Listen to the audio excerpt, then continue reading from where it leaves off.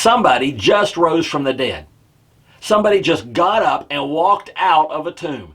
His name was Lazarus. We talked about it yesterday. He's been dead for 4 days. Jesus has him roll the stone away, and Lazarus walks out. That should change some attitudes.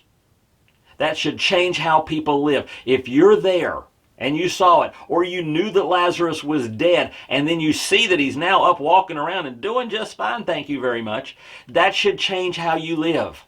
That should change your attitudes. And in John 11:45, that's what happens for a lot of people. It says, therefore, many of the Jews who had come to visit Mary, Lazarus' sister, and had seen what Jesus did, believed in him. No duh. But then the next verse. But some of them went to the Pharisees and told them what Jesus had done. Now let's make sure the whole thing. Some of them went to the Pharisees and told them what Jesus had done. Now, that last part's important. What Jesus had done. Not what Jesus claimed to do, not what other people claimed he had done. What Jesus really had done. They saw that Lazarus had been raised from the dead, and they went and tattletaled on Jesus. They went and tattled on Jesus because he raised somebody from the dead. Didn't change their lives, didn't change their attitude.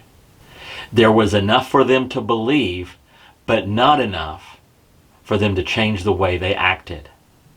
Okay, there was enough for them to change the way they acted. They just chose not to. And some of us are that way. We have enough to believe, but not enough for it to change the way we live, the way we act, change our attitudes, change the way we treat people. So here's the question. We'll switch it to Jesus. You believe Jesus rose from the dead, I hope.